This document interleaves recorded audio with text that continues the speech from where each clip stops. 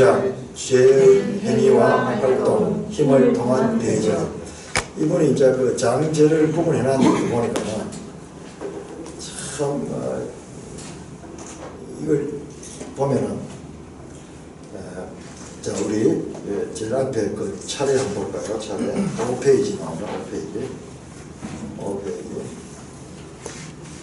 이 책 전체 구성이 1부, 2부, 3부, 4부로 되어 있는데 3부, 지금 3부 가운데 3장, 4장, 5장, 6장까지 했고 7장, 1장 여기에 됩니다. 제목이 어떻게 연결되는가도 보면은 이해하는 데 도움이 됩니다. 자, 116쪽. 자, 7장의 3번. 시작. 이 싸움에서 죄가 없는 성공의 단계. 죄의 법으로 영혼을 사로잡은. 자, 죄의 법으로 영혼을 사로잡는다 그러면 사로잡는다는 것을 한자로 표현하면 뭐라고 표현하실까요? 사로잡는다. 사로잡혔다. 네? 석방? 속방. 예, 속방. 또 맞습니다. 정확하게 속방. 또 생포. 예? 생포. 비슷하게 가는데 좀 성경적으로 이야기해서 생포. 생포 비슷한데 포로입니다. 포로입니다. 자, 우리가 구약 성경의 이 포로기를 전후해서 포로 전기, 포로 중기, 포로 후기의 이 내용이 아주 중요합니다. 말씀드렸듯이 모든 선지자의 활동은 포로 전기에 집중되어 있습니다. 그리고 지금 우리가 하고 있는 에스라 느헤미야는 포로 후기고 중요한 내용들은 여기 딱 모여있어요. 구약의 이 포로기는요, 궁극적으로는 이와 같은 역적인 보이지 않는 이 포로에서 하나님이 어떻게 우리를 구원하는가 그 이야기가 그 속에 깔려 있습니다. 보이지 않는 이 내면의 포로됨을 보이는 이스라엘 역사를 통해서 보여주는 거예요. 그래서 우리 구약을 부지런히 공부를 해야 되고 그 다음에 구약의 그 공부를 가지고 신약을 볼 적에 신약이 얼마나 깊이 있으며 그리고 예수님의 말씀이 얼마나 놀라운가를 알게 되는 겁니다. 구약 없이 신약을 읽으면요, 물론 읽고 거기에 감동도 받고 은혜도 받을 수 있겠지만 그야말로 그것은 수박 겉핥기에 지나지 않습니다. 자, 3번의 1 죄의 법의 활동의 성공. 제목 다 같이 시작. 죄의 법의 활동의 성공. 자, 죄의 법이 어떻게 성공하는가, 어떻게 활동하는가 내용 읽겠습니다. 여기서 표현되고 있는 내용은 직접적으로는 죄의 법의 힘과 활동 자체가 아니라 죄의 법의 활동이 보여주는 성공입니다. 죄의 법이 어떻게 자기 뜻을 이루어내는가. 그러나 성공은 능력에 대한 최상의 증거이고 전쟁에서 포로를 잡아오는 것은 최고의 승리를 보여주는 증거입니다. 전쟁에서 원수들을 사로잡는 것만큼 더 큰 승리의 목표는 있을 수 없습니다. 여러분, 바울 서신을 보면 이런 내용이 많이 나옵니다. 로마 시대의 장군이 전쟁에 나가지고 적장을 잡아가지고 포로로 잡아가지고 이 나무로 만들어진 그 옥 속에다 넣어가지고 그렇게 끌고 가면요, 그 로마의 이 민중들은 그걸 보고 환호를 지르면서 적장을 잡아오면서 환호를 지르고 그렇게 하는 것에다가 예수님의 그 죄와 싸움에서 승리를 그렇게 표현한 내용들이 많이 있습니다. 1세기 당시에 그 로마가 지배하고 그때 당시의 시대 상황에 맞추어서 영적인 것과 같은 예수 그리스도 사건을 그게 비유해서 표현한 내용들이 많이 나옵니다. 성경에서도 이것은 최고의 승리에 대한 특별한 표현입니다. 주 그리스도께서 사탄에 대해 승리를 거두신 사실에 대해서 성경은 시작 사로잡혔던 자들을 사로잡으시고 라고 설명합니다. 우리 에베소 4장 8절 우리 한번 찾아볼까요? 이런 부분이요, 되게 중요한 말인데 이런 부분에 우리가 가면 이게 무슨 말인지 모르고 그냥 넘어가 버린 거예요. 그런데 구약을 제대로 공부하게 되면요, 야, 이런 부분이 가장 중요한 부분이구나 하면서 알게 됩니다. 사로잡혔던 자를 사로잡으시고, 에베소 4장 8절 4장 8절 우리 같이 한번 볼까요? 시작. 그러므로 그가 위로 나가실 때 사로잡혔던 자들을 사로잡으시고 사람들에게 선물을 주셨다 하셨도다. 이것은 시편 68편을 인용한 건데요. 왜 여기서 갑자기 예수님을 이야기하다가 시편 68편 사로잡혔던 자를 사로잡는다 하는 이야기가 나오느냐? 자, 여기에서 사로잡혔던 자를 사로잡으시고 라고 되어 있는데, 이게 정확한 번역은요, 사로잡아갔던 자들을 사로잡아갔던 자, 사로잡아갔던 자들을 사로잡았다. 자, 사로잡아갔던 자들이 누굽니까? 구약 성경에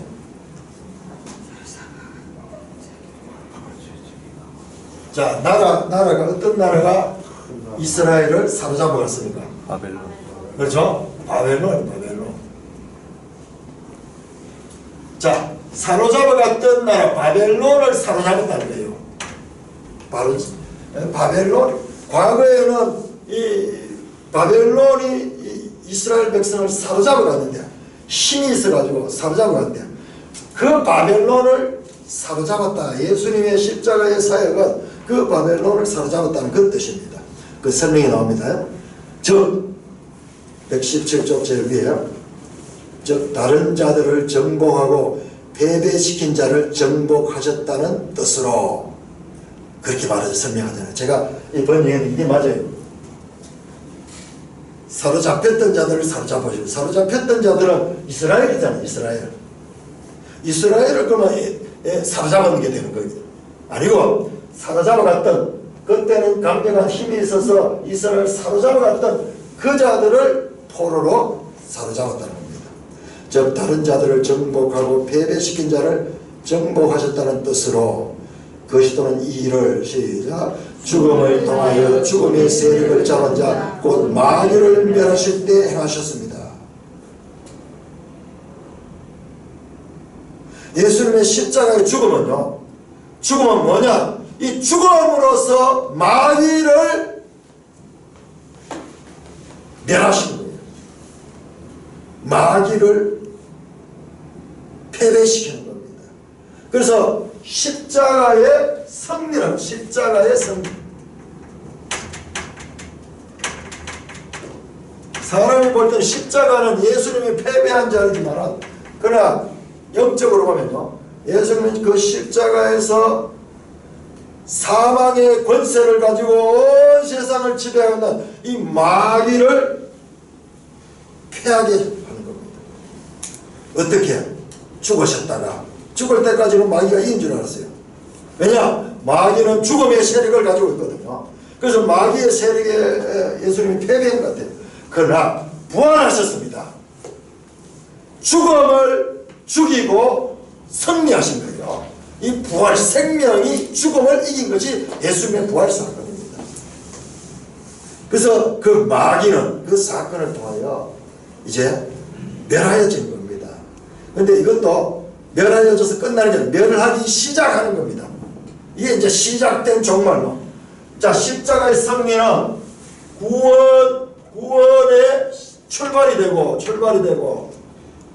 마귀의 입장에서는 마귀의 패배의 출발이 되는 거예요.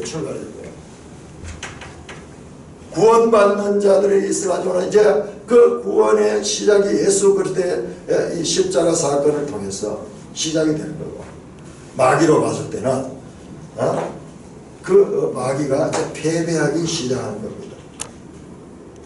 따라서 로마서 7장 23절에 시작 죄의 법으로 나를 사로잡는 것을 본다 는 말씀의 뜻은 죄가 영혼을 대적하여 싸울 때 엄청난 힘과 능력이 드러난다는 것입니다.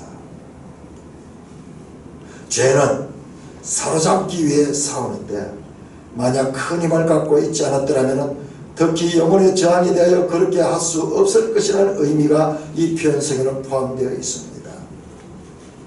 이걸 실감 안 나잖아요. 이 죄 이야기를 하면 이해가 안 되잖아요. 바벨론을 생각해. 바벨론. 바벨론에 누구? 느부갓네살. 느부갓네살 대왕의 힘은 그야말로 무서워 불의의 힘을 가지고 모든 세계 나라들을 다 정복했다. 강력한 힘을 가지고 있다.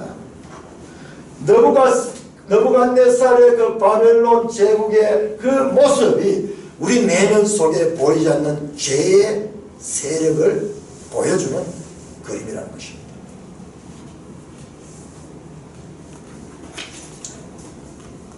이 표현을 보면 죄의 법으로 영혼을 사로잡는다고 말씀합니다. 곧 이런저런 죄, 구체적인 죄가 아니라 내재하는 죄, 곧 죄의 법으로 사로잡는다는 뜻입니다. 자, 여기에 대해서 우리는 세상은 죽었다 깨도 이 죄 문제가 뭔지를 몰라요. 그냥 드러난 죄, 형법, 민법, 무슨 그 상법, 뭐 이런 법들, 그것을 어기는 것을 죄라고 이야기하면 성경은 죄가 뭔가를 분명히 할 때 죄가 뭐냐? 죄는 두 가지 종류가 있는데 하나는 원죄입니다. 원죄.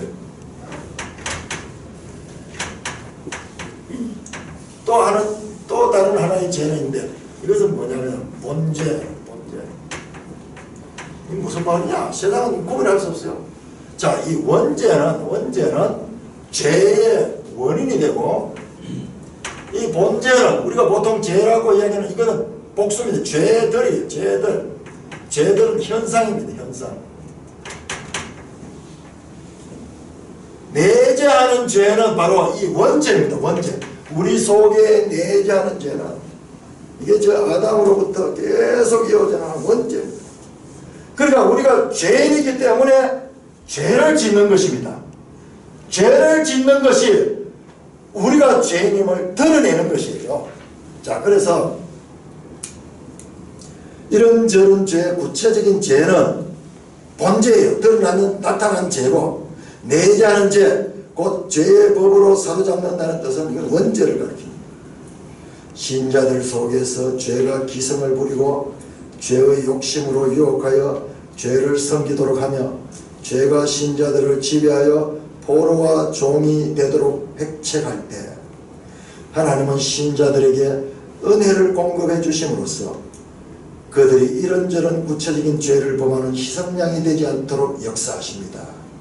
자, 신자들입니다. 신자들 속에는 이렇게 죄가 기승을 부릴 적에 하나님께서는요 우리에게 은혜를 또한 공급해 주셔서 그 죄가 일방적으로 지배하지 못하도록 하나님께서 역사하십니다. 자, 예를 듭니다. 다윗이 그토록 간절하게 기도한 것이 바로 이것입니다. 시작. 나를 숨은 허물에서 벗어나게 하소서. 또 주의 종에게 고의로 죄를 짓게 말게 하사 그 죄가 나를 주장하지 못하게 하소서. 그러면 내가 정직하여 큰 죄가에서 벗어나겠나이다. 이게 지난 주간에 제가 인용했던 건데요. 이거 하면서 한번 했던 거예요. 자, 보세요. 숨은 허물에서 벗어나게 하소서. 숨은 허물. 이 허물이 뭐냐? 죄의 또 다른 표현이 허물이에요. 죄와 허물 그렇게 이야기해요. 그런데 뭡니까? 숨어있는 거예요. 숨어있는 거예요. 그러니까 우리가 모르는 거예요. 숨어서 우리를 지배하니까는 우리가 죄를 지면서도 거기서 벗어나지를 못하는 거예요. 그래서 다윗이 우리 속에 있는 이 내재하는 죄에서 벗어날 수 있도록 해달라고 그렇게 기도하는 거예요. 또 주의 종에게 고의로 죄를 짓게 하지 말게 하사. 자, 고의로 죄를 짓는 것은 알면서 짓는 죄예요. 알면서 짓는 죄. 그러니까 죄를 구분하잖아요. 내재하는 죄와 그리고 우리가 의지를 가지고 짓는 죄. 하나는 원죄적인 속성이고 하나는 원죄. 그 원죄에 나타나는 그와 같은 죄들을 가리킵니다. 자, 그 이 두 가지 죄가 나를 주장하지 못하면, 이 죄들이 나를 주장하지 못하면, 그러면 내가 정직하여 큰 죄가에서 벗어날 수 있겠다. 와, 지금 다윗이요 엄청난 이야기를 하는 거예요. 자기가 이야기를 하면서 이 이야기 뜻은 모르고 하는지도 모르겠지만은 이게 지금 로마서에 나오는 이런 그런 이야기예요. 그래서 제가 여러 번 이야기했던 시편, 이 시가서가 아주 중요하고 깊은 내용들이다. 나중에는 우리가 여기에도 이렇게 깊이 깨달아야 돼요. 죄가 나를 주장한다고 주장하잖아요. 내재하는 죄가 이 원죄를 통해서 또는 본죄를 통해서 나를 주장하는 거야. 그러니까 이것을 다스려주면은 이 죄가 나를 주장하지 못하면 내가 죄에서 벗어날 수 있다. 죄의 원인과 죄의 현상에 대해서 하나님께 기도하고 있는 것입니다. 다윗은 자기 안에 죄의 법이 끊임없이 역사하고 있다는 사실을 처음부터 전제합니다. 이 죄의 법이 인생의 잘못과 숨은 허물의 원인입니다. 그래서 다윗은 죄의 법에 대항하여 용서와 청결의 자비를 구하는 데서 구원을 발견합니다. 다윗은 이렇게 간구합니다. 자, 풀었습니다. 제 상태가 이렇습니다. 하지만 온갖 죄가 사람 속에서 지배권을 갖고 사람을 사로잡을 때 저지른 교만하고 방자한 죄에 대해 주님이 죄의 종이 되지 않도록 하실 줄 믿습니다. 이런 기도예요. 죄는 사람 속에 이러한 힘을 갖고 있을 때 크든 작든 본성상 방자하고 교만하여 철명피한 죄들을 일으킵니다. 야, 보세요.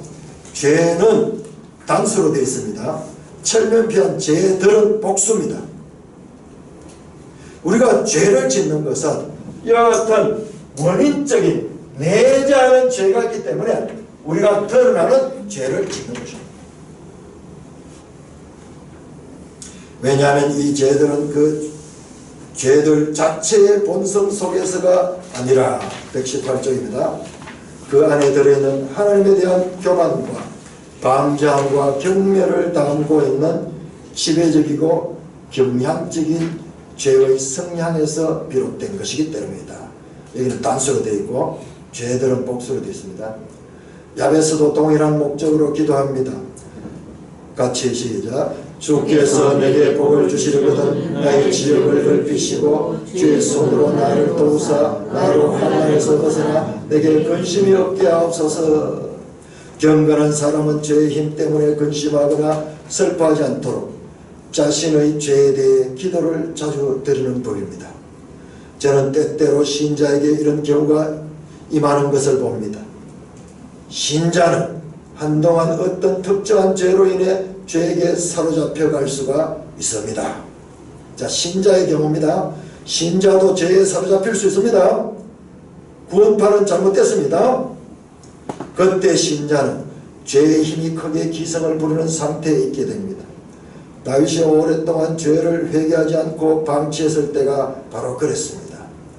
이사야 57장 17, 18절에는 이런 경우가 아주 명확하게 기록되어 있습니다. 시작. 그의 탐심의 죄악으로 말미암아 내가 노하여 그를 쳤으며 또 내 얼굴을 가리고 노하였으나 그가 아직도 패역하여 자기 마음의 길로 걸어가도다. 나는 그의 길을 보아선적 그를 고쳐줄 것이라. 그를 인도하여 그와 그를 슬퍼하는 자들에게 위로를 다시 얻게 하리라. 자기의 마음의 길로 걸어가더라 할 때 그 자기의 마음의 길은요, 내재하는 죄가 지배하는 길이에요. 이스라엘 백성은 탐심의 힘 아래 계속 거함으로써 오랫동안 하나님의 처방한 효력을 발휘하지 못했습니다. 그러나 대체로 어떤 욕심이나 죄가 크게 기성을 부리게 되는 것은 사탄이 강력한 시험을 통해 마음속에서 유리한 위치를 차지하고 죄의 힘이 더 강해진 데서 연유합니다.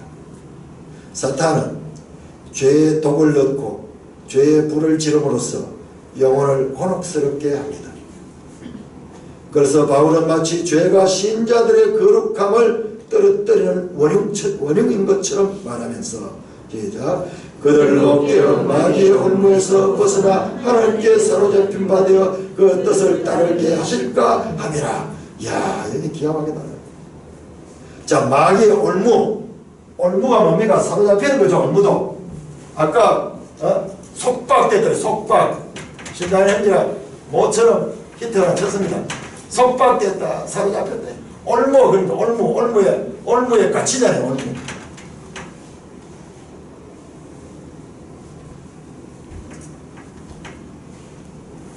마귀의 올무에서 벗어나. 그러니까 마귀한테 사로잡혔던 자들이 어떻게 되느냐. 어떻게 하나님께 사로잡힌다. 하나님께 사로잡힌다. 야, 하나님의 포로, 은혜의 포로. 이 하나님께 대한 포로는 은혜의 포로입니다. 은혜의 포로. 죄의 포로 되는 것만 있는 것이 아니라 하나님에 대한 포로가 있다. 하나님께 포로 잡히게 된다.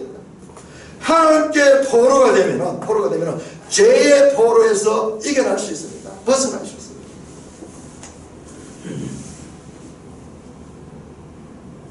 그러니까 우리가 두 가지를 다 알아야 됩니다. 죄에 대해서만 알아서 안 되고 지금 하나님의 은혜에 대해서 알아야 돼요. 그리고 이 정성부 총회는 책을 썼는데 그 책 제목이잖아요. 책 제목은 은총의 포로라는, 은총의 포로. 은총, 은혜 같은 말 같은 말. 은총의 포로라는 그런 책을 썼는데 그 제목이 생각이 나네요. 성령 충만한 자는요, 바로 이 하나님께 사로잡힌 바 된 자예요. 마귀에 사로잡힌 자라서 하나님께 사로잡힌 자로 되면은 우리가 죄를 이길 수 있는 거예요. 그들 속에는 그들의 종이 되어 섬겼던 욕심이 있었습니다. 그런데 이 욕심 때문에 사탄의 올무에 빠짐으로써 죄의 속박에 떨어지게 되었고, 그래서 그들은 가련한 짐승이 붙잡혀 고생하는 것처럼 사로잡힌 바 되었다고 표현합니다. 119쪽입니다.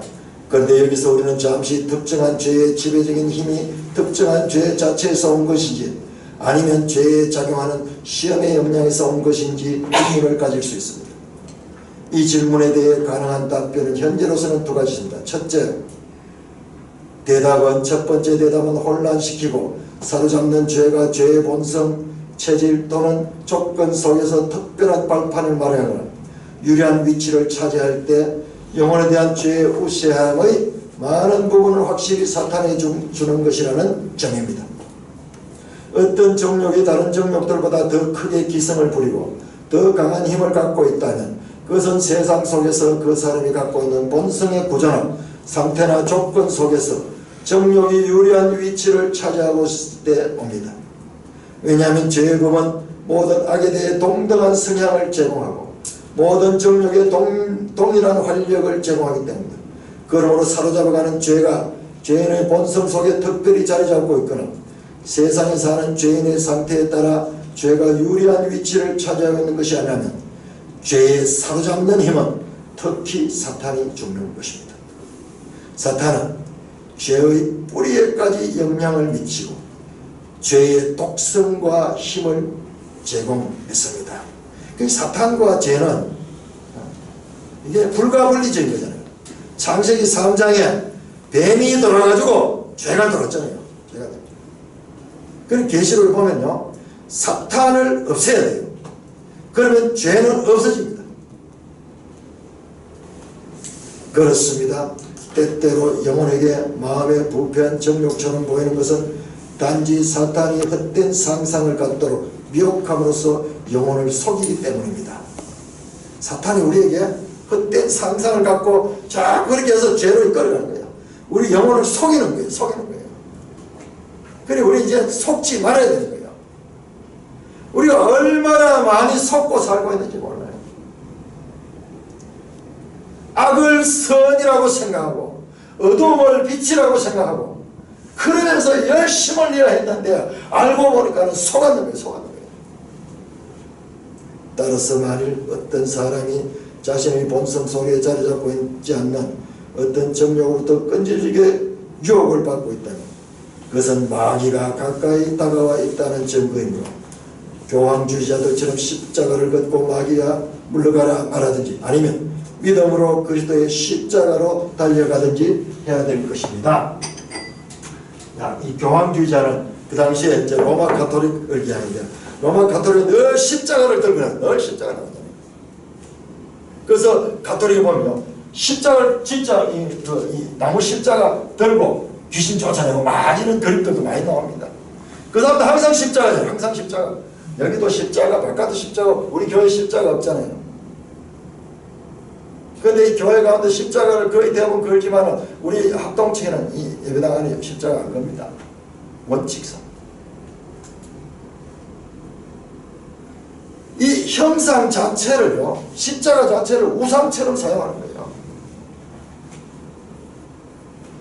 그런데 믿음으로 우리는 그리스도의 십자가로 달려가든지 해야 될 것입니다. 자, 두 번째 대답은 어떤 정욕이 육체에 대해 하등 유리한 요소를 갖고 있지 못한 곳에서 죄의 법으로 사로잡으려고 기성을 부린다면 그 힘은 사탄이 준 것이라는 점입니다. 죄의 법이 자기 스스로 행하는 모든 소행은 육신의 일을 도모하기 때문입니다. 자, 우리 로마서 13장 찾아볼까요? 로마서 13장 14절.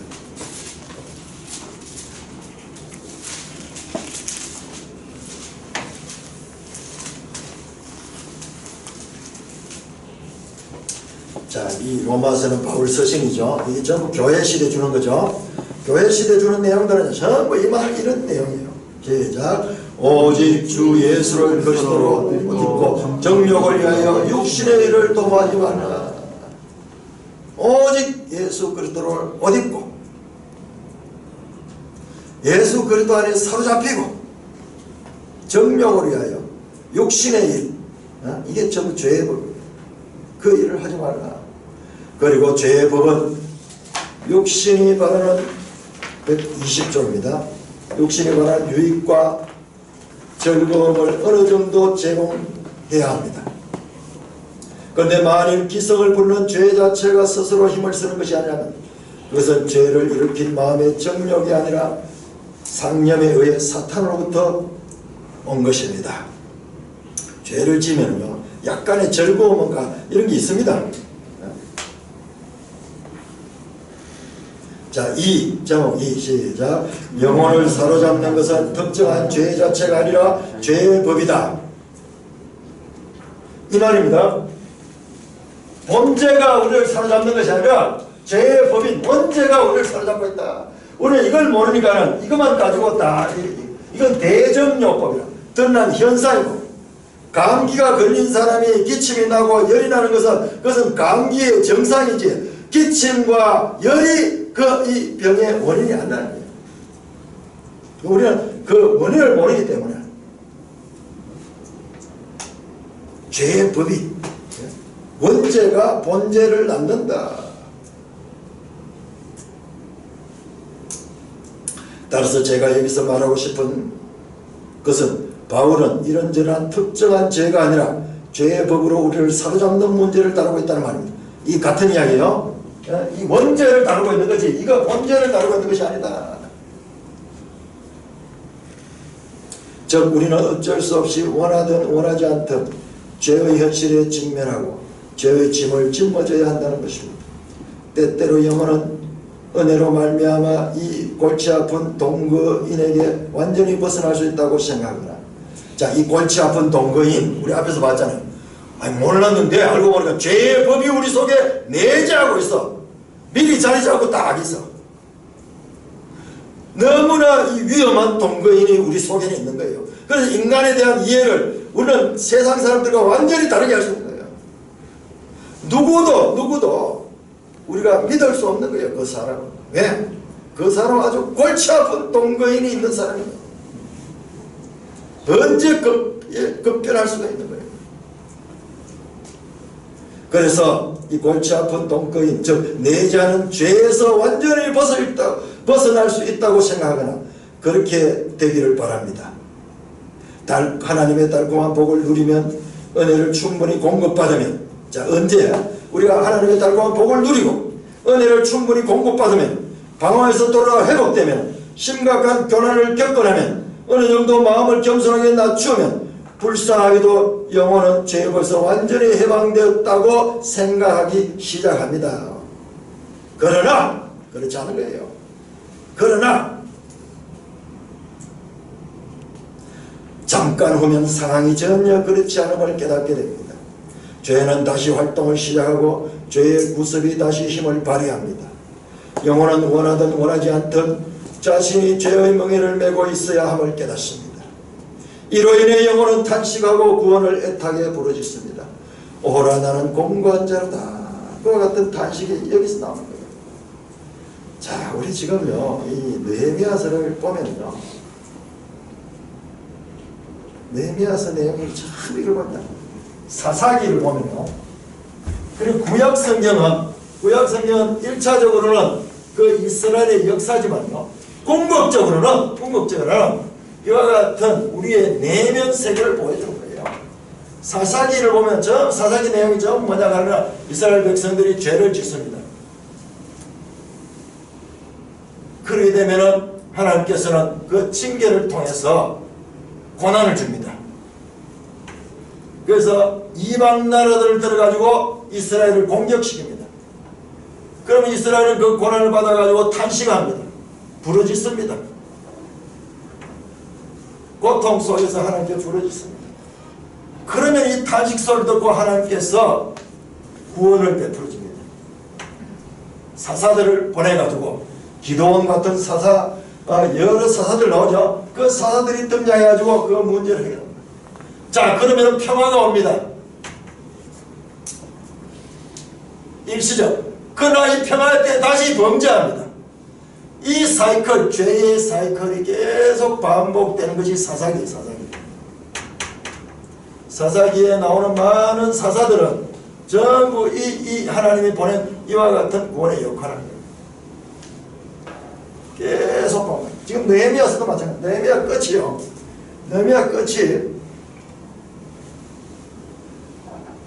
다 그래요. 이렇게 이 느헤미야 9장에서 이스라엘 역사를 쫙 설교를 했는데 그 내용이 뭐냐? 계속 반역했다는 이야기예요. 그러면서 이들은 다짐을 하고 우리는 다시는 죄를 짓지 않겠습니다. 그러면서 다시 언약을 맺습니다. 언약을 맺고 도장을 다 찍는 사람들 이름이 나오고, 그래서 이제 이방 여자들과 결혼하지 않을 것이며, 그리고 우리가 이 안식일을 지킬 것이며, 그리고 우리는 성전을 우리가 잘 유지하겠다. 11조를 바치고 레인들을 이게 월급을 주고 그렇게 해서 그들이 성전일에 전념할 수 있도록 하겠다고 다짐했지만요, 이제 마지막 13장에 가면 그게 다 깨집니다. 다 깨집니다. 느헤미야가 잠시 본국을 떠났다 돌아왔을 때 보면 그 법들이 다 무너져 있는 것이 나오고 그러고 끝입니다. 그게 느헤미야의 끝이에요. 이야기. 자, 이게 뭐냐? 우리는 답은 압니다. 왜? 이 원죄에 사로잡히기 때문에 그렇다. 자, 3 시작. 영혼을 사로잡는 것은 죄의 힘이 의지의 반대 행위를 압도한다는 것을 증명한다. 자, 의지의 반대 행위. 우리 속에 의지가요, 죄를 반대하는, 죄가 우리를 이끌어 사로잡아 가려 할 때 반대한다. 그런데 이게 더 힘이 더 강한 거예요. 사로잡는 자가 더 강하니까 사로잡아가죠. 자, 마태복음 한번 보세요. 이야기를 마태복음 12장 28절. 우리 요즘 마태복음 공부하고 있는데 지금 그 이야기가, 예수님의 이야기가 뭔가 보세요. 마태복음 12장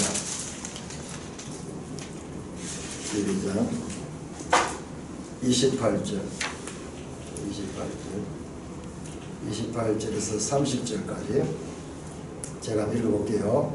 지금 이 내용을 보면서 한번 보세요. 28절. 그러나 내가 하나님의 성령을 힘입어 귀신을 쫓아내는 것이면 하나님 나라가 이미 너에게 임하였느니라. 사람이 먼저 강한 자를 결박하는 것이 사로잡는 거죠. 먼저 강한 자를 결박하지 않고서야 어떻게 그 강한 자의 집에 들어가 그 세간을 강탈하겠냐. 결박한 후에야 그 집을 강탈하라.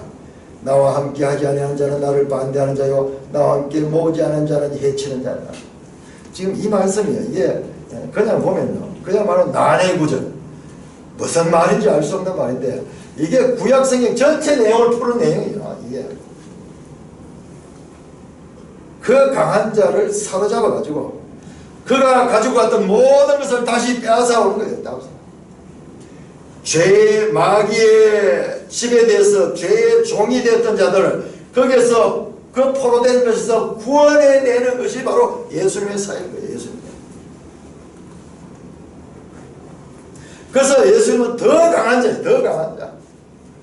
죽음을 이겨내는 승리자.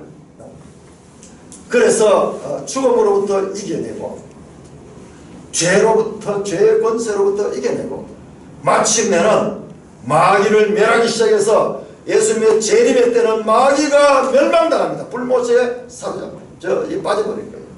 그래서 이 땅에는 다시는 죄가 없어집니다. 죄가 없어집니다. 그것이 바로 새하늘 새 땅이에요. 세 번째 대답은 영혼을 사로잡는 이 역사는 죄가 의지의 저항 또는 반대 행위를 압대하는 힘을 갖고 있다는 것입니다. 자, 신자 속에는 죄가 마음대로 지배하지 못하고 거기에 저항합니다. 그렇지만 그것을 압도해버린 거예요. 시작. 내 지체 속에 있는 죄의 법으로 나를 사로잡는 것을 보는도다. 이 표현 속에는 분명히 의지가 죄의 역사에 반대하고 저항한다는 사실이 함축되어 있습니다. 막 싸우고 있는 거예요. 막 버티고 있는데 그러나 사로잡히는 거예요. 하면서 넘어가는 거예요. 바울은 이것을 자신만의 특유한 표현법을 사용하여 선언합니다. 찾아봅시다. 로마서 7장. 로마서 7장이에요. 제일 어렵고 제일 중요한 장이면서도 제일 어려운데 우리가 로마서 7장을 이제 가장 치밀하게 가장 치밀하게. 로마서 7장 15절 시작. 내가 행하는 것을 내가 알지 못하느니 곧 내가 원하는 것을 행하지 아니하고 도리어 미워하는 것을 행함이라. 자기가 원하는 게 있는데 이게 더 강한 자가 끌고 가버린 거예요. 19절 시작. 내가 원하는 바 선은 행하지 아니하고 도리어 원하지 않은 바 악을 행하는도다. 20절 시작. 만일 내가 원하지 아니할 것을 하면 이를 행하는 자가 내가 아니요 내 속에 거하는 죄니라. 의지는 시작. 육체를 거스르는 성령의 소욕을 구성합니다. 여기서 의지는 이 성령이 우리에게 의지를 주는 거예요. 그 육체는 이 죄의 지배를 받는 거예요.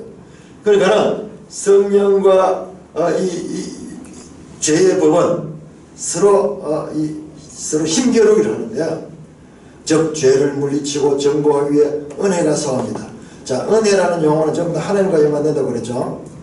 성령은 하나님의 영입니다. 그래서 이 은혜와 의지 속에 들어있는 은혜의 영적 성향이 그렇게 죄에 저항하고 죄를 반대하여 활동합니다. 성령으로 말미암은 이 성향의 활동 역시 똑같은 목적을 갖고 있습니다. 이 성향은, 은혜의 성향은 죄의 성향과 반대로 거듭난 의지의 성향과 행실로 나를 사로잡는 것이 목적입니다. 아까 앞에 나왔던 하나님께 사로잡힌다 하는 게 이 말이에요. 자신의 의지에 따라 포로가 되는 사람은 없습니다. 사로잡히는 것은 불행하고 고통스러운 일로 아무도 고통 속에 스스로 뛰어드는 사람은 없습니다. 사람들은 스스로 죄를 선택하는 것이 아니라 죄의 원인에 따라 그리고 죄로 이끄는 방법과 수단에 따라 죄를 선택합니다. 이 말입니다. 이 말. 예, 정확히 말입니다. 이게 근본적으로 이게 죄를 지게 합니다. 그래서 호시아 선지자는 시작. 에브라임은 어쩔 수 없이 학대를 받고 재판에 압제를 받았다고 말합니다. 그것은 에브라임 하면 누굴까요? 구약에서 에브라임 하면요, 이게 북쪽 이스라엘입니다. 남북 이스라엘 가운데 이스라엘을 가게 이스라엘. 여기서 이스라엘은 북이스라엘, 남북으로 남겨서 했을 때 북이스라엘 간다. 북이스라엘의 대표 지파가 에브라임이에요. 에브라임. 남쪽 유다의 대표 지파는 유다고, 유다 지파고.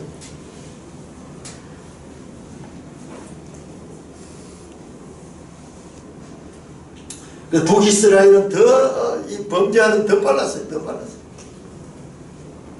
그 결과 이런 상태가 된 것입니다. 따라서 영혼이 아무리 죄의 동조에서 사로잡힌다고 해도 스스로 사로잡히는 것은 아닙니다.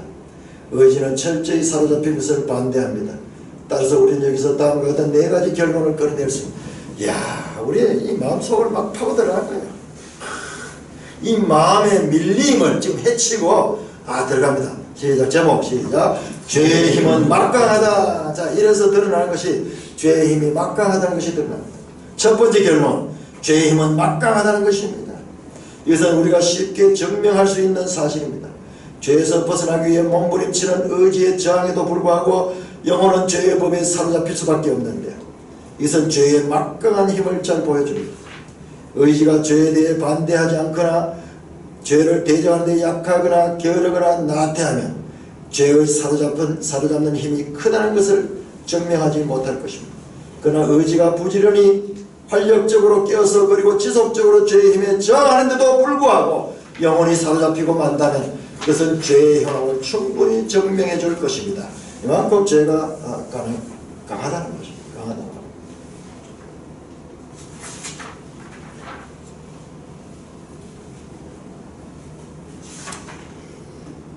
자, 122쪽입니다.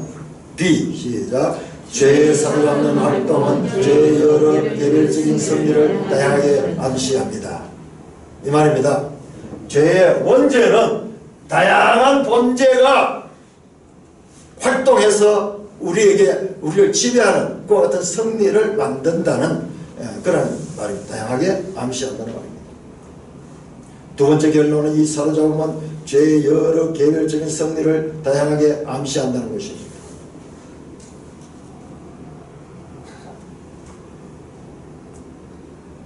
죄에 사로잡는 활동은 절대로 말할 수 없을 것입니다. 죄가 아무리 반항을 하고 공격을 할 수 있다 해도 개별적인 승리 사례가 없으면 사로잡는다고 할 수가 없습니다. 그리고 영혼 속에서 죄의 법이 승리할 때는 다양한 단계가 있습니다. 때로는 죄는 사람 하여금 외적으로 죄를 제대로 합니다. 자, 여기 다양한 죄의 모습입니다. 때로는 외적으로 이것이 죄의 최대의 목표입니다. 또 때로는 죄는 의지의 동조를 얻으려고 공작합니다. 싹 와서 타협하고 우리 의지에게 맞아 괜찮아 네 괜찮아 이런 정도로 한번 해볼 수 있어 그러면서 쫙 의지의 동조를 얻으면서 그래서 서로 이렇게 죄를 짓도록 그렇게 공작 정치를 합니다. 그러나 그것이 은혜에 의해 죄질되고 그러면 더 이상 나아가지 못합니다. 또 때로 죄는 영혼을 지치게 하고 혼란스럽게 하는데 그때 영혼은 죄와 싸움을 피하고 말하자면 싸움을 포기하게 되는데 그렇게 되면 죄가 승리합니다. 이런 경우를 통해 죄가 영혼을 사로잡는 일이 벌어집니다. 바울은 죄에 사로잡히는 원인을 탐욕으로 봅니다. 자, 디모데전서 6장 9절을 볼까요? 디모데전서 6장 9절 시작. 부하려 하는 자는 시험과 올무와 여러 가지가 있었고 외로운 욕심에 떨어지는 곧 사람으로 파멸과 멸망에 빠지게 하는 것이라. 이제 보니까 이 본문이 신약 성경이고 이런 내용들이 보이잖아요. 탐욕. 시작. 죄에 사로잡는 활동은 참으로 불행하고 비참한 상태를 드러냅니다. 세 번째 결론은 이 사로잡음은 불행하고 비참한 상태를 명백히 드러낸다는 것입니다. 이처럼 처절한 다툼과 싸움에도 불구하고 마음이 판단하고 의지가 선택하고 동조하는 것에 반하여 죄의 멍에를 짊어져야 한다는 것은 얼마나 슬픕니까? 우리 마음과 의지가 이렇게 죄에 동조하는 것에 반대하는데도 불구하고 죄에 끌려갈 적에 이것이 얼마나 슬픈 일입니까? 그런데 이게 우리의 실제적인 모습이라는 것을 잊지 마십시오. 세상은 이걸 모르는 거예요. 이걸 모르는 거예요. 그래서 성경은 사람을 뭐라고 이야기하냐? 죄인이라고. 죄인이다. 이 쉬운 용어, 우리 하도 많이 쓰는 이 죄인이라는 용어를요, 정말로 스스로 고백할 수 있다는 것은 엄청난 은혜예요. 죄인인 줄 몰라요. 어쩔 수 없이 죄의 멍에를 짊어짐으로써 목이 아프고 과거의 학대가 다시 찾아올 때 이 고통, 이 슬픔은 마음을 찢어놓습니다. 영원히 은혜로 말미암아 죄와 모든 악한 길을 혐오하고 하나님의 거룩한 뜻을 받들지 못하는 것을 싫어함에도 불구하고 온갖 정오와 속임수를 가진 죄의 법에 기만을 당해 침체와 불결 속에 떨어진다는 얼마나 끔찍한 상태가 되겠습니까? 사로잡히는 것은 본질적으로 두려운 일입니다. 죄에 대해 가장 겁나는 일은 누구든 마구 잡아가는 폭군의 상태입니다. 이게 구약성경이 뭐냐? 느부갓네살이 완전히 가는 곳마다 다 정보에 따진 거예요. 그렇다면 죄의 법보다 더 악한 것이 뭐가 있을 수 있겠습니까? 따라서 바울은 죄의 사로잡는 활동에 대해 언급한 다음에 참으로 지치고 힘없는 목소리로 시작. 오라 나는 공고한 사람이로다. 이 사망의 몸에서 누가 나를 건져내라고 외칩니다. 제가 보니까는요, 이 느헤미야서 끝이 바로 이 말이에요. 지금 사도 바울이 로마서 7장 24절의 이 외침은 구약 성경의 유대 역사의 외침이라는 것을 발견했어요. 주일날 설교 가운데서 그 내용이 나올 겁니다. 구약 역사는요, 사람이 할 수 없음을 보여줍니다. 이 죄인이기 때문에 우리가 아무리 씻고 아무리 이 비누칠하고 이래도 우리 피부가 더 이상 희지지를 않습니다.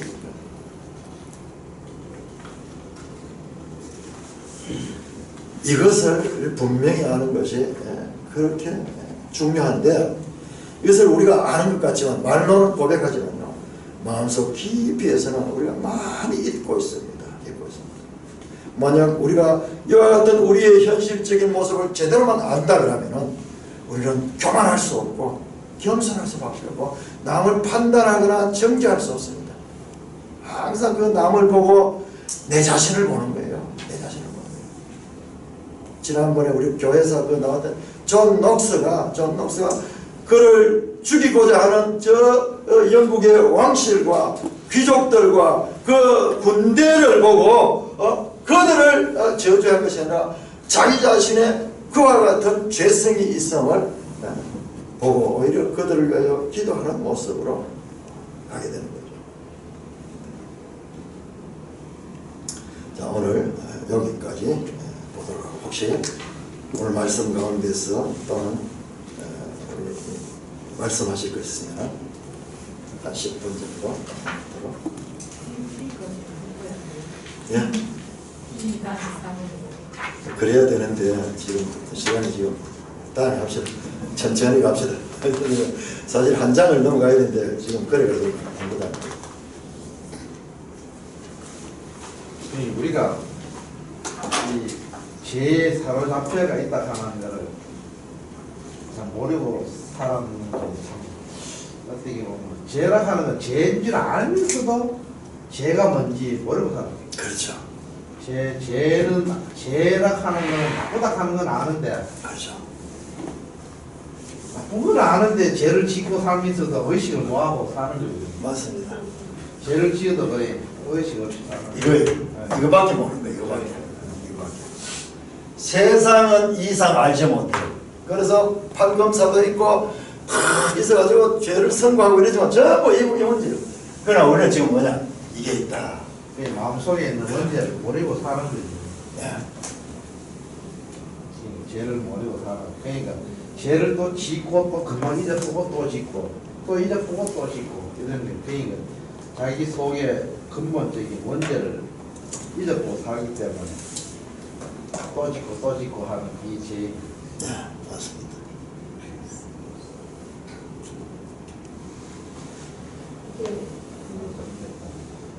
종로의 책을 그러니까 구약의 말씀이 다 무엇인지 신약의 말씀이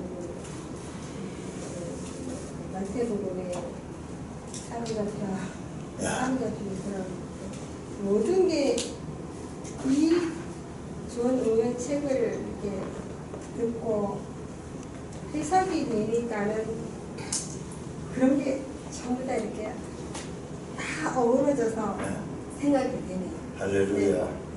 억수로 기쁘겠네요. 그 영혼의 기쁨이 밀려오는 고백이에요.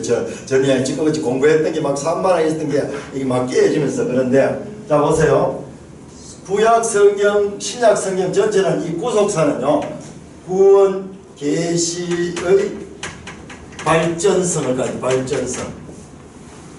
결과적으로 구약의 그 역사적인 이야기, 전쟁 이야기, 왕들 이야기 전부 다 이것이 궁극적으로 신약에 와서 우리의 내면을 보는 그것으로 발전하게 되는 거예요.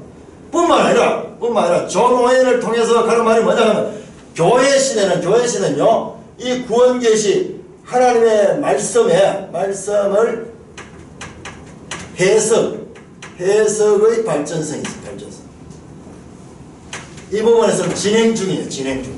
우리 개인도 마찬가지고 우리 개인도 지금 성경을 볼 적에 그냥 이렇게 문자적으로 보다가 이제 점점 깨달아가는 발전이 일생이 있을 것이며 교회 시대를 통해서 사도 시대부터 오늘날 교회 시대를 통해서도 이 말씀에 대한 깨달음이요. 우리 앞선 시대가 깨닫고 그 뒤 시대가 좀 더 깨닫고 이러면서 우리까지 왔는 거예요. 오늘날 현대 교회는 바로 우리 앞에 있었던 믿음의 선배들의 그 깨달음을 수용을 하면서 거기에서 더 발전적으로 나가야 되는 거예요. 그래서 그렇게 보면 교회는 하나의 교회로서 구약에 나온 이스라엘이 저 모세시대부터 해서 쫙 한 민족으로 연결되듯이 교회도 마찬가지예요. 그래서 생명의 말씀 안에서 우리가 그와 같이 연결이 되는 거예요. 지금 내일은 우리가 하나님의 포로가 되어야 되는데 지금 사탄의 포로가 되어 있잖아요. 지금 그래서 공부하는 거예요. 네. 우리는 이제 사탄의 포로에서 포로가 아니고 이제 있는 걸 이제 아는 거지. 알고 이제 우리가 이제 하나님의 포로로서 살고 있으니까 이 저녁에 여기 나오는 거예요. 이거 나올 때 얼마나 사탄을 가지 못하도록 여러 가지 일도 있고 이런데도 불구하고 그걸 뚫고 나올 때는 하면 벌써 그 포로에서 벗어난 자들이에요. 할렐루야. 소리가 약합니다. 할렐루야. 엄청난 저항이 있는데도 뚫고 이렇게 나와내는 거예요. 구약의 그 사사기의 그 사이클이 한 2대만 지나가 버리면 또 그렇고 결국은 그러는데 인간으로서 할 수 없고 하나님만이 할 수 있다는 그가 말씀하시는 그런 거 같네요. 그래서 결국은 예수님은 오셔야지만 되고 예수님이 오셨다고 해서 완전한 건 아니지만은 길을 시작됐죠. 저 말씀이 지금 엄청난 말씀이에요. 내가 늘 하던 말씀을 이제 소화해가지고 본인 입에서 이제 이거 해내는 거예요. 제가 분명할 때는 우리가 설 수가 있는데 예를 들어서 뭐 교회에 가야 되느냐 말아야 되느냐 그런 거 분명할 때 어른이 분명할 때는 우리가 승리할 수 있고 내가 설 의지가 있는데 우리가 잘 넘어가는 경우는 B의 122쪽에 죄의 사로잡는 활동은 죄의 여러 개별적인 승리를 다양하게 암시한다. 이 말은 좀 어려운데 풀어서 보면은 그 중간에 저 밑에 때로 죄는 의지의 동조를 얻으려고 공작합니다. 요즘은 약사는 이런 게 뭐 인간적으로 얼마든지 그럴 수 있지 그걸 꼭 굳이 죄를 하기보다는 뭐 이런 식으로 포장을 하는 거라. 별로 아까선이 애매모호할 때 그때 조금 급하게 탁 선거하기 구별되는 거는 보면 우리가 이길 수가 있는데 요 정도는 뭐 남도 하는데 뭐 그래가지고 점점점점 예. 요게 이제 우리가 잘 넘어가는 거고 때로는 또 때로는 때로 쟤는 영혼을 지치게 하고 혼란스럽게 한다. 예. 이 생각하는 조차만 하기 싫을 때가 있잖아. 뭐. 예. 편하게. 그때 영혼은 죄와 싸움을 피하고 말하자면 싸움을 포기하게 된다. 예. 너 별로 이거 좀 이게 한두 번 뭐 별로 뭐 죄를 할 수 있나 이런 애매한 상태고 우리가 이렇게 할 때 우리가 죄가 승리하는 거라. 예. 그 결과가 눈에 금방 너는 일에 대해서는 예. 우리가 잘 넘어가기 쉽고 우리가 프로가 되기 싸움에서 포기하게 되는 거라. 맞습니다. 또 자, 여기 보면은 123쪽에 여기 120쪽 맨 밑에 보면 영혼이 언어로 122쪽 맨 밑에 영혼이 언어로 말미암아 죄와 모든 악한 길을 혐오하고 영혼이 언어 성령을 충만할 때는 죄와 모든 악한 길을 혐오하고 하나님 거룩한 뜻을 받들지 못하는 것을 싫어함에도 불구하고 예. 온갖 정오와 속임수를 가진 죄의 법에 기만한다. 앞에 속임수로 이제 예. 포장으로 예. 포장해가 우리가 했을 때 우리가 이제 기만을 잘 당한다는 거. 그렇습니다. 그렇게 예. 우리가 잘 넘어가는 거. 그때 그걸 할 때 서울 의지가 되는데 이런 식으로 여러 가지로 죄가 우리의 의지를 동조하게 하고 또 이거 중미하는 거 하고 네. 또 어떤 때는 뭐 또 지치고 혼란스러울 때 생각하기도 싫어지거든. 예. 그때 우리가 잘 싸움을 포기하게 되고 또 포장해가지고 우리를 속일 때 예. 기만을 이렇게 우리가 잘 넘어가는 경우가 아주 참 잘 읽었습니다. 이게 느헤미야서예요. 느헤미야서의 산발락과 도비야와 게셈이요. 어떻게 합니까? 처음에 와서 같이 평화회담하자 그러다가 나중에는 몇 번 사람 보내고 또 인봉하지 않은 편지를 보내고 나중에는 협박하고 막 강제하고 이게 다 나와요. 야 같이 하자 하고. 그런데 에스라도 똑같아요. 그래서 에스라 느헤미야가 한 권의 책이에요. 자 한번 봅시다. 에스라 4장 앞에 에스라 4장. 그래서 왜 에스라 느헤미야가 한 권의 책인가? 참 놀라워. 똑같은 구조가 있습니다. 자 에스라 4장 에스라 4장.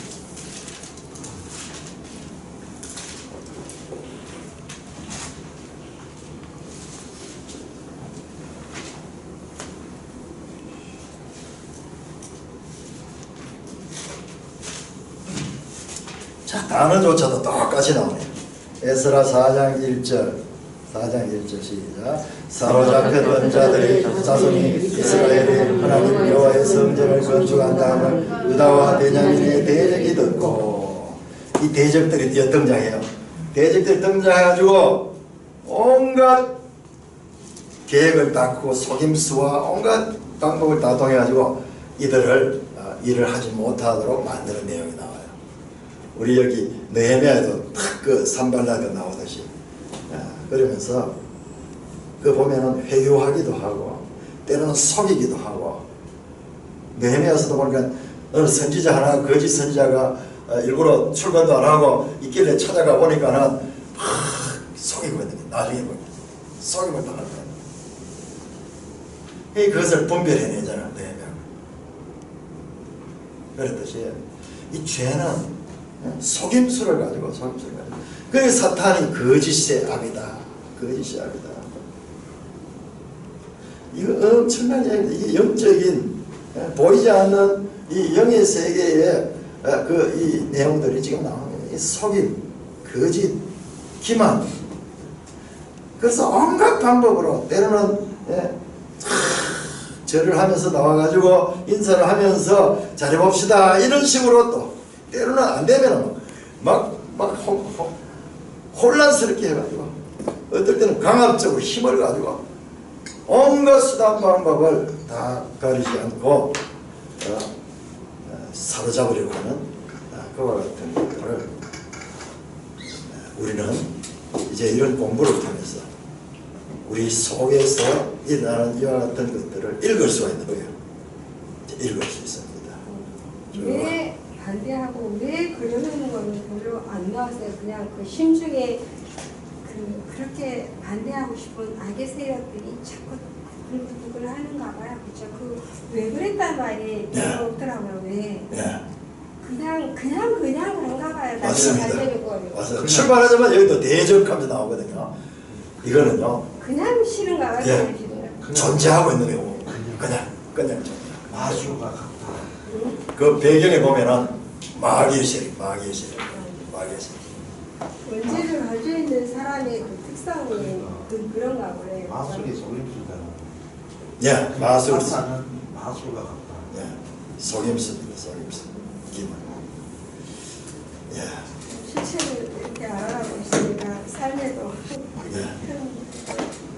그럴 줄로 믿습니다. 특히 젊은 청년들 참 우리는 이런 공부를 제대로 할 수가 없었어요. 얼마나 시행착오를 많이 겪었는지 몰라요.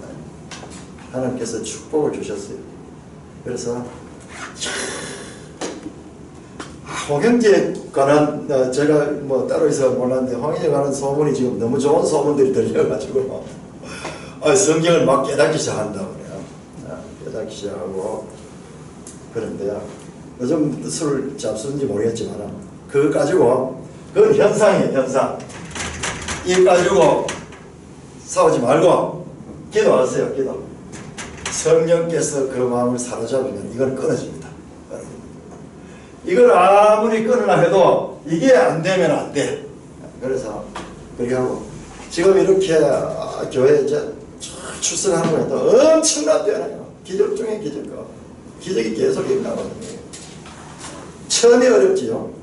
이렇게 탁 해서 우리 영전이 오셔가지고 이렇게 탁 자를 잡고 그래 탁 주일마다 이렇게 나오면 이게 갑자기 아니잖아요. 띄엄띄엄 하다가 이제 원래부터는 쫙 나오면 입이 열리기 시작했다 하는데 그게 부흥이에요. 그게 부흥이고 놀라운 변화가 지금 시작되고 있는 것입니다. 기적의 현장에 저와 여러분들이 살고 있으니까요.